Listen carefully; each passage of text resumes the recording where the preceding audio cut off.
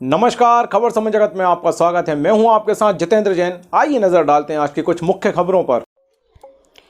Bhopal Bharatiya Janata party की जन आशीर्वाद यात्रा में पूर्व मुख्यमंत्री और पार्टी की कद्दावर नेता उमा भारती का दर्द एक बार फिर झलक गया। उमा भारती ने जन आशीर्वाद यात्रा में नहीं बुलाए जाने पर कहा कि मैंने प्रदेश में सरकार बनाकर दी, लेकिन इस यात्रा में मुझे निमंत्रण तक नहीं दिया गया। उमा भारती के इस बयान के बाद बीजेपी प्रदेश अध्यक्ष वी डी शर्मा का बयान सामने आया है। शर्मा ने सफाई में कहा कि भारतीय जनता पार्टी में उमा भारती हमारी वरिष्ठ नेता हैं, हम सबके लिए श्रद्धा और आस्था का केंद्र हैं। उन्होंने भारतीय जनता पार्टी के लिए, देश के लिए, समाज के लिए बहुत कुछ किया, इसलिए उनका किसी भी प्रकार से सम्मान में कमी नहीं रह सकती। आदरणीय उमा भारती जी, चाहे हमारी जन आशीर्वाद यात्रा हो या कोई अभियान हो, वह उसका अभिन्न अंग है। उनका स्नेह हमेशा मिलता है और मिलता रहेगा।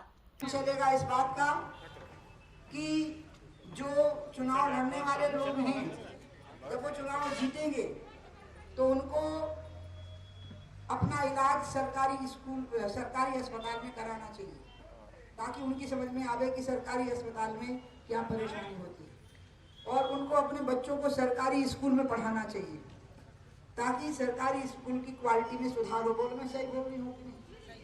हाँ, इसलिए हर उम्मीदवार जो मेरी इच्छा है हमारी पार्टी की सरकार बने, लेकिन शर्त यही होगी कि विधायक हो, चाहे मंत्री, चाहे मुख्यमंत्री, उनके घर में कोई बीमार पड़ेगा तो उसका इलाज कहाँ होगा? सरकारी अस्पताल में। उनके बच्चे कहाँ पढ़ेंगे? तब ये दो व्यवस्थाएं सुधर पाएंगी। क्योंकि ये कह रहे हैं सब अच्छा है, तो अच्छा है तो फिर जाओ वहां जहाँ अच्छा है, फिर प्राइवेट में क्यों जा रहे हो? तो गरीब आदमी कितना परेशान हो रहा है प्राइवेट और अस्पताल और प्राइवेट स्कूल की वजह से। एक बात ये। दूसरी, मैं अभी आई तो जगह जगह गऊ मरी पड़ी थी, 4 लेन पे जवान बछड़ियां, गाय, बैल। तो भी ट्रक और कारें इतनी तेजी से चलती है कि ब्रेक लगाने पड़ते हैं जोर से, तो बैठे हुए लोग मर जाएंगे, गाड़ी उलट जाएगी।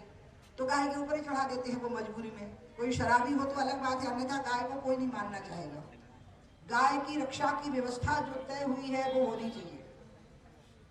इसी प्रकार से जो आयुष्मान योजना है उसका लाभ सब गरीब वर्गों को ठीक से मिलना चाहिए। ये वो बातें हैं। भाजपा की सरकार ही बनेगी, बननी भी चाहिए, लेकिन जो सरकार बने उसके विधायक, उसके सांसद, उसके मंत्री, उसके चीफ मिनिस्टर सब अपना और अपने घर के लोगों का इलाज सरकारी अस्पतालों में कराएं और अपने बच्चों को सरकारी स्कूलों में पढ़ाएं, ताकि और सब अधिकारी, ब्यूरोक्रेट जो अधिकारी होते हैं वह भी। इसका मतलब है कि आप खुद मान रहे हो कि सरकारी अस्पताल और सरकारी स्कूल की व्यवस्था खराब है। तो जब खराब है तो आपने क्या किया? फिर ठीक करिए उसको। तो ठीक कब होएगी? जब आप अपनी घरवाली को लेकर वहीं जाओगे। ठीक कब होएगी? जब आप अपने बच्चों को लेकर वहीं जाओगे, तब ना डॉक्टर मौजूद रहेंगे। नहीं तो डॉक्टर गायब, नर्सें पूरी है ही नहीं, दवाइयाँ गायब, ये हालत बनी हुई है। अब हमें राम मंदिर से राम राज्य की ओर जाना है। राम मंदिर अयोध्या में बनेगा और राम राज्य पूरे देश में बनेगा। तो राम राज्य की पहचान क्या थी? सस्ता इलाज। ये थी गांधी जी की व्याख्या। सस्ता इलाज, सस्ता अनाज, सस्ता न्याय, सस्ता कपड़ा। बोलो, सस्ता इलाज है? नहीं है। सस्ता कपड़ा है? नहीं है। सस्ता न्याय है? नहीं है। कितनी परेशानी होती है, अदालतों में कितने चक्कर काटने पड़ते हैं। तो राम राज्य की कल्पना को पूरा करना है। आज बीजेपी की यात्राएं निकल रही, उन्होंने मुझे कहीं नहीं बुलाया, इससे मुझे कोई फर्क नहीं पड़ता। मैंने यहाँ सरकार बना के दी और मैंने 2020 में भी अक्टूबर के महीने में कोरोना हो गया था, मुझे 11 दिन नहीं निकल पाए थे और पूरे प्रदेश की भाजपा चिरौरियां कर रही थी मेरी मनौतियां कि आ जाइए जल्दी। तो जब 28 सीटों पर चुनाव हुए तो हम 22 पे जीते और मैंने कस के चुनाव प्रचार किया। और जब आशीर्वाद यात्रा निकली तो मुझे फिर नहीं बुलाया, क्योंकि उनको लगता है कि अब तो हम सरकार बना लेंगे, हाँ चुनाव प्रचार में बुलाएंगे और मैं चली भी जाऊंगी। मैं भाजपा का ही प्रचार करूंगी, मैं भाजपा की नहीं वोट मांगूंगी। लेकिन मेरे मन में ये सवाल जरूर आता है कि ज्योतिरादित्य सिंधिया ने आपकी सरकार बनाई तो मैंने भी तो एक पूरी सरकार बना करके दी थी। और ज्योतिरादित्य सिंधिया मुझे बहुत प्रिय हैं, मेरे भतीजे हैं, मुझे बहुत प्रिय हैं, प्राणों से बढ़ के प्रिय हैं। तो उनको ये ध्यान तो रखना था मुझे नहीं जाना था। वो घबराते हैं कि मैं पहुंच जाऊंगी तो सारा ध्यान मेरी तरफ चला जाएगा। नहीं, मुझे नहीं जाना था। कम से कम निमंत्रण देने की औपचारिकता पूरी करनी चाहिए थी। अब मैं इन बातों को क्यों दबा के रखूं अपने अंदर कि सरकारी स्कूलों की व्यवस्था अच्छी नहीं है? मैं इस बात को अपने मन के अंदर दबा के क्यों रखूं कि सरकारी अस्पतालों की व्यवस्था अच्छी नहीं है? मैंने ये बातें पहले अकेले में चुपचाप कही हैं। जब नहीं हो पाई तब मैंने खुलेआम बोलना शुरू किया है। शराब का भी यही हुआ था। 1 साल तक मैं चुपचाप अकेले में बात करती थी, तो लोग कहते थे कि मीडिया वाले हमेशा मेरा अपयश करते थे कि इनकी मिली भगत हो जाती है शिवराज जी से, शिवराज जी इनको मना लेते हैं तो फिर ये चुप हो जाती है। ऐसा नहीं था। मैं चाहती थी कि सरकार की छवि खराब ना हो और सरकार इन कामों को मेरे अकेले में बात करने पे ही कर दे तो ज्यादा अच्छा है। चुनाव आने ही वाला है और जो बातें मैंने कही थी कि सरकारी स्कूलों की व्यवस्था अच्छी कर दो, उसमें थोड़ा सुधार आया है। मैंने एक अखबार में खबर पढ़ी कि सुधार आया है स्कूलों में, सरकारी स्कूलों में। सुधार की परिभाषा क्या होती है आपको पता है? कि लोग अपने बच्चों को सरकारी स्कूलों में भेजने लग जाएं तो मान लो ठीक हो गया। हाँ। लेकिन और ये बात मेरी शिवरात्रि से 6 महीने से चल रही। अब मैंने कहा मैं खुलेआम नहीं बोलूंगी क्योंकि आपको शर्मिंदगी होगी।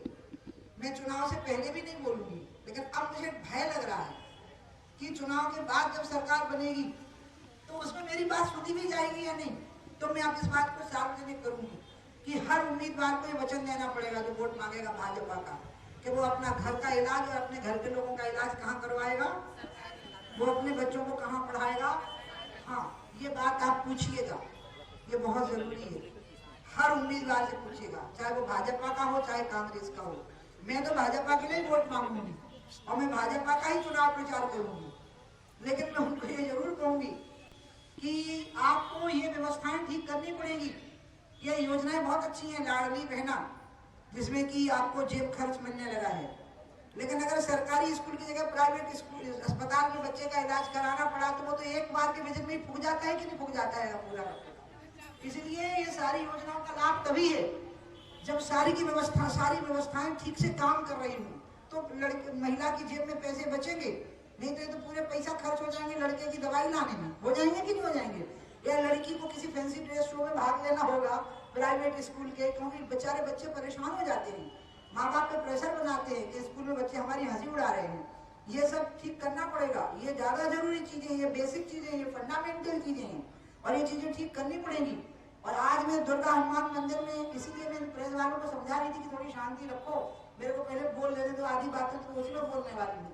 और इसलिए जो जन आशीर्वाद यात्रा निकल रही है उनको जनता का आशीर्वाद प्राप्त हो, लेकिन ये शर्त के साथ में प्राप्त हो कि सरकारी स्कूल और सरकारी अस्पताल में ही सारे सरकारी अधिकारी और सभी सरकार में बैठे हुए लोग अपने बच्चों का इलाज कराएंगे और अपने बच्चों को पढ़ाएंगे। अब मैंने सोचा है कि मैं 27 या 28 सितंबर को मध्य प्रदेश के भाजपा के कुछ प्रमुख कार्यकर्ताओं का सम्मेलन यहीं बुलाऊंगी, दुर्गा शक्ति हनुमान मंदिर के पीछे जो मैदान है। मनोज जी को मैं कह रही हूँ कि वो इसके संयोजक बने और आप सब लोग इसमें तैयारी करो और यहाँ पर ये बातें तय की जाएंगी। पूरी प्रदेश की जनता से अपील की जाएगी कि यहाँ के सरकारी स्कूल और यहाँ की सरकारी अस्पताल में ही अगर विधायक, सांसद, मंत्री और मुख्यमंत्री अपने परिवार का इलाज कराएंगे और पढ़ाई कराएंगे तो ही वोट मिलेगा। और यही कांग्रेस को वचन देना पड़ेगा, यही भाजपा को। लेकिन मैं भाजपा का ही प्रचार करूंगी, ये मैं आपको बता रही हूँ। मैं भाजपा के लिए ही वोट मांगूंगी। ये भी मेरा वोट भाजपा के लिए ही मांगा जाएगा। मैं भाजपा का ही चुनाव प्रचार करूंगी। मैंने अपने आप को एक मुक्त आत्मा समझ लिया है। मेरे सारे बंधन आपसे हैं, मैं आपसे बंधी हुई हूँ। मैं नहीं बंधी हूँ किसी चीज से, मैं इस देश के साथ बंधी हुई हूँ। और ये देश माटी नहीं है, ये देश चैतन्य है, इसके अंदर आत्मा है। जैसे शरीर में आत्मा होती है, इसी तरह से भारत माता की भी आत्मा है, भारत माता का भी मन है और भारत माता की भी प्राण है। भारत माता की प्राण क्या है? गंगा। भारत माता का मन क्या है? गौ। और भारत माता की आत्मा क्या है? यहाँ की जनता। ये भारत माता की आत्मा है और इसलिए इसका हमको ध्यान रखना है, आप लोगों का हमको ध्यान रखना है। और इसलिए तैयारी करिए आप सभी लोग 27 या 28 सितंबर में कभी, क्योंकि अनंत चतुर्दशी के समय पर मैं करना चाहती हूँ। यहीं पीछे हम सीमित संख्या में 1000-2000 की संख्या में, लेकिन प्रदेश के महत्वपूर्ण लोग बुलाएंगे और उनका एक ही काम होगा, तो भाजपा के उम्मीदवारों का कुर्ता पकड़ेंगे तो भैया जी वचन दे दो तुम तो हमें और कुछ नहीं चाहिए, वोट तुम्हारा, लेकिन हमें ये वचन दे दो कि आगे से तुम्हारा इलाज सरकारी अस्पताल में होगा, तुम्हारे घर के लोगों का इलाज भी सरकारी अस्पताल में। अगर आपने ये नहीं किया तो फिर आप फंस गए बहुत बुरे, इसलिए आपको बोल रही हूँ। और आपको लगेगा कि मुझे क्या हो गया ना, मैं पहले से तैयारी की थी कि मैं यहाँ बोलूंगी ये बात, क्योंकि ये वो जगह है जहाँ से मैंने घोषणा की थी। और अंत में देखिए आज वहाँ पे बैंक खुल गई तो कहीं कुछ खुल गया। मैं शिवराज जी की बहुत आभारी हूँ कि उनने शराबबंदी के मसले में मेरी बात ज्यों की त्यों मानी, कोमा और फुल स्टॉप भी नहीं लगाया, क्योंकि वो जानते थे कि मेरी बात नहीं है, पूरे मध्य प्रदेश की महिलाओं की बात है और पूरे मध्य प्रदेश के उन लोगों की बात है जिनकी तबीयत खराब हो चुकी है, जिनके बच्चों का भविष्य बिगड़ रहा है शराब के कारण। इसलिए शिवराज जी को मैं बहुत धन्यवाद दूंगी और आशीर्वाद भी दूंगी। मैं उनसे बहुत स्नेह रखती हूँ और वो मेरा बहुत सम्मान करते हैं, मैं भी उनका बहुत सम्मान करती हूँ। लेकिन मेरा बंधन तो आप लोगों से है, ये आप ध्यान रखिएगा, आप लोगों से मेरा बंधन है, मैं आपसे बंधी हुई हूँ। मेरे गुरुजी ने कहा था जब मैंने सन्यास की दीक्षा ली कि आप ये बताओ कि सन्यास की मैं क्या परिभाषा बताऊं। अमरकंटक में ली थी मैंने सन्यास की दीक्षा, और मैं सफेद कप, मुझे गर्मी बहुत लगती है, तो मैं पुराने फटे हुए, मेरे कुछ अच्छा कॉटन मिल ही नहीं पा रहा बाजार में, कपड़े की क्वालिटी बहुत घटिया हो गई है, तो जो मिलते हैं वो इतनी गर्मी करते हैं कि मैं बहुत, या सिल्क पहनूं तो सिल्क बहुत गर्मी करता है। तो ये 3-4 साल पुरानी फटी हुई शर्टें निकाली हैं, धुल धुल के फट गई, चिंदियां उड़ गई हैं इनकी, सिलवा सिलवा के पहन रही हूँ, क्या करूँ, मिल ही नहीं रहा अच्छी क्वालिटी का कॉटन। ये मनोज वगैरह ने बनवाए मेरे लिए, तो वो उसमें रोए निकल आते हैं, ऐसी बेचैनी होती है। तो हमने सोचा कि चलो फटे कपड़े पहने रहेंगे, हमको क्या फर्क पड़ता है, इन सब कपड़े से व्यक्ति की पहचान नहीं होती है ना, व्यक्ति की पहचान तो उसकी प्रतिबद्धता से होती है।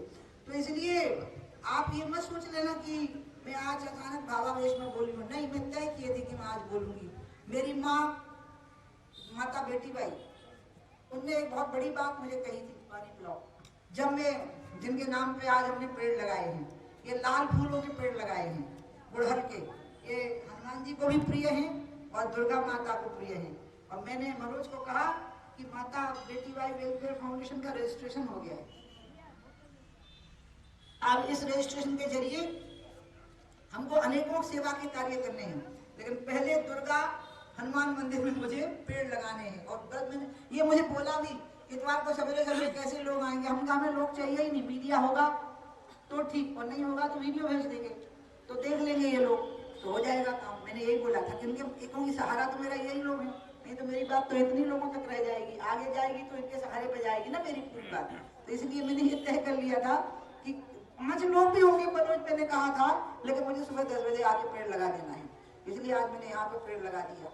और मैंने ये तय कर लिया कि मैं ये मन की बात आप लोगों को बोलूंगी, इसलिए बोलूंगी क्योंकि अगर मैंने ये नहीं बोली और ये चुनाव ऐसे ही निकल गया तो बाद में तो आप समझ लो पट्टे खाते में लिखे गए फिर। इसलिए पूरी शर्तें पहले रखनी पड़ेंगी और वो पूरी शर्तें पूरी होनी चाहिए। मैं यहाँ की विधायक कृष्णा गौर को भी कहूंगी, मैं उनको 3 बार बोल चुकी हूँ कि यहाँ की बाउंड्री वॉल बना दीजिए, कुत्ते घुस आते हैं पीछे से। अब मैं सार्वजनिक तौर पर कह रही हूँ, मीडिया के जरिए भी कह रही हूँ, कार्यकर्ताओं के जरिए भी, जल्दी से जल्दी बाउंड्री वॉल के लिए पैसे दे दें ताकि ये बननी शुरू हो जाए। इतनी सी बात है और कुछ नहीं चाहिए। हमारा भाजपा पर पूरा आशीर्वाद है, पूरा सहयोग मेरा भाजपा के लिए रहेगा।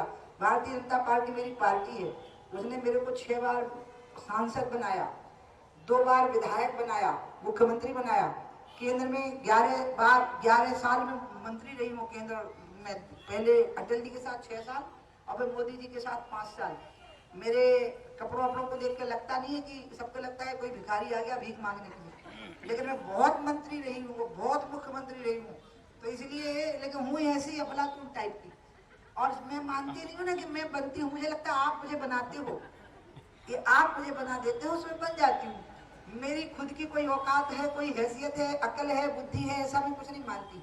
मेरे ऊपर दुर्गा जी की और हनुमान जी की बहुत कृपा है और उन्हीं के माध्यम से आपकी कृपा है। तो जब मैं प्रवचन करती थी तो मेरी माँ ने एक बात कही थी, मैं 6 साल की उम्र में प्रवचन करने लगी। जब मैं 16 साल की उम्र में इंग्लैंड से मुझे बुलावा आ गया प्रवचन करने के लिए, और वो भी आज से मतलब 77 में आया था, तो 77 के बुलावे का मतलब समझ लो कि लगभग 45-40 साल पहले मैं इंग्लैंड चली गई हूँ। तब लोग जा ही नहीं पाते थे विदेश में, तब की बात है। उस समय मुझे वहां बुलाया गया प्रवचन करने के लिए इंग्लैंड में। तो मेरी माँ ने एक बात कही, मेरी उम्र 13 साल की है, नहीं 16 साल की थी। मेरी माँ ने मुझे कहा कि बेटा धर्म को बेचना नहीं, ये ध्यान रखना। धर्म का व्यापार नहीं करना, ये ध्यान रखना। और मैंने तय किया कि हम धर्म को बेचेंगे नहीं, ज्ञान को बेचेंगे नहीं, ज्ञान का प्रकाश करेंगे, ज्ञान का विस्तार करेंगे, लेकिन ज्ञान को बेचेंगे नहीं। इसलिए 77 से लेके 51 कराइए सैटरडे संडे को, ताकि भीड़ कम आवे।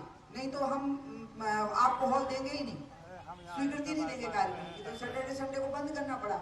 60 देशों में घूम करके आई और उस समय पर हमने तय किया कि हम धर्म को बेचेंगे नहीं। तो मैंने कोई ट्रस्ट नहीं बनाया, मैंने कोई संस्था नहीं बनाई, मैंने कोई एनजीओ नहीं बनाया। और जब मैं 20 साल की थी तो माँ ने कहा आप 1 साल मेरे साथ रहना है। मैं माँ के साथ रही, तभी माँ का निधन हो गया। और उसके बाद में इतनी व्याकुल हुई कि मैंने प्रवचन करना छोड़ ही दिया और मैं राजनीति में आ गई। और राजनीति में भी खूब सफल हुई, राजमाता विजयाराजे सिंधिया जी की छत्र छाया में खूब। मुझे बहुत बड़े लोगों की संगत मिली, ना मेरे को अकल थी ना मेरी शक्ल थी, लेकिन उनकी संगत का असर पड़ा इतना कि मैंने आसमान छू लिए। तो इसलिए मैं इस बात को भूलती नहीं हूँ अपनी माँ को कभी, कि माँ ने कहा था कि धर्म धंधा नहीं होता।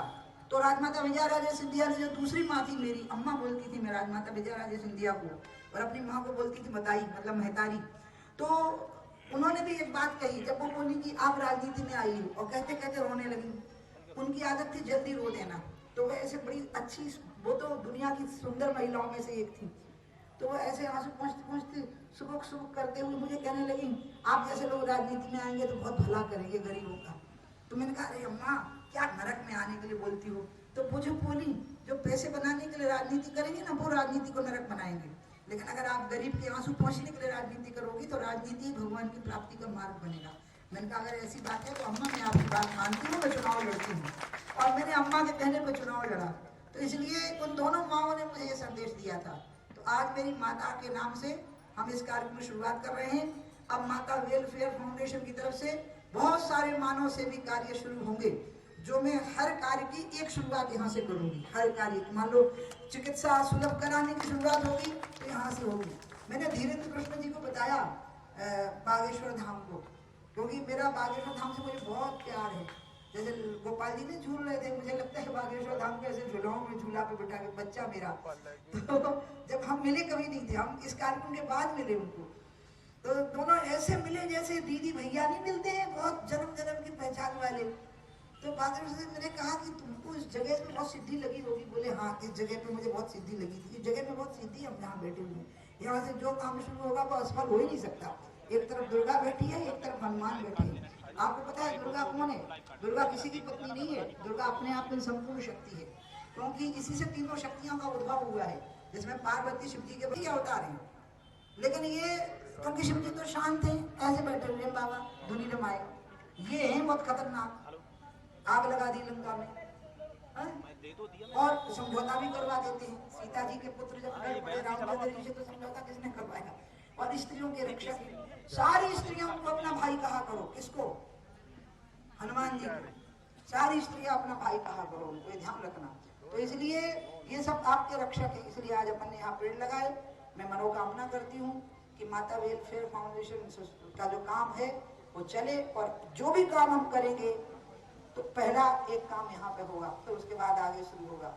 मैं विधायक कृष्णा को फिर कहूंगी बहुत थोड़ा पैसा देना है, जल्दी दे दो ताकि बाउंड्री वॉल का काम शुरू हो जाए। क्या करूं, पुजारियों को वचन दे करके गई, अब वो पूरा होना है। बाकी ना मुझे किसी से राग है ना किसी से द्वेष। किसी ने कहा मुझे चुनाव लड़ना है गोविंदपुरा से, तो मैं इतनी हंसी इस बात को सुन करके। मैंने कहा भैया कैसी बातें कर रहे हो आप लोग, मैं कौन हूँ? मैं यहाँ की मुख्यमंत्री रही हूँ, मैं क्षेत्र में 11 साल मंत्री रही हूँ। उत्तर प्रदेश के चुनाव में जो 4 चेहरे दिखाए गए थे 17 में, उसमें से एक मेरा भी चेहरा था, और मैं ही सबसे पहली थी जिसने कह दिया कि हमें नहीं बनना। जब रिजल्ट आ गए 3 ने तो कह दिया कि जैसी पार्टी कहेगी हम वैसा करेंगे।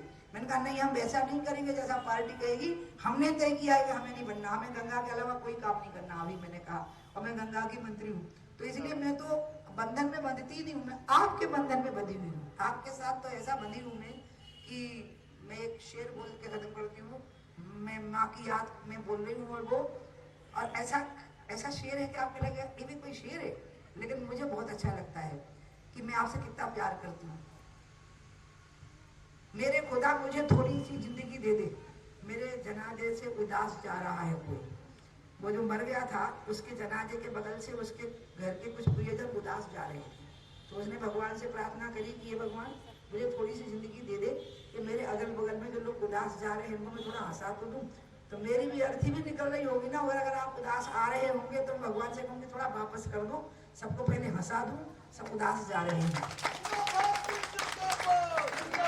बस इन्हीं शब्दों के साथ मैं आप लोगों को कहूंगी कि आज मुझे आशीर्वाद दीजिएगा कि माता वेलफेयर फाउंडेशन की भी जो हमने आज शुरुआत करी, पहला करी, अभी रजिस्ट्रेशन हुआ है 15-20 दिन पहले, पूरा फॉर्मेलिटी पूरी हुई है इसकी, और उसकी तरफ से अब जो हमने भारतीय जनता पार्टी श्रद्धेय उमा भारती जी हमारी वरिष्ठ नेता ही मात्र नहीं, हम सबके लिए श्रद्धा और आस्था का केंद्र है।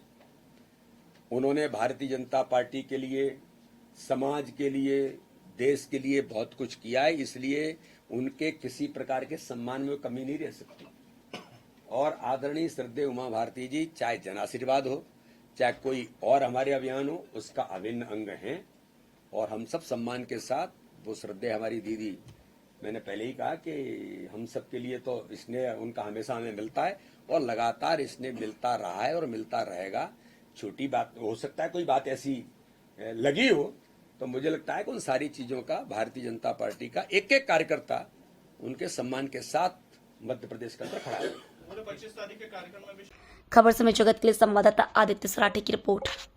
For latest news, subscribe to our channel and press the bell icon.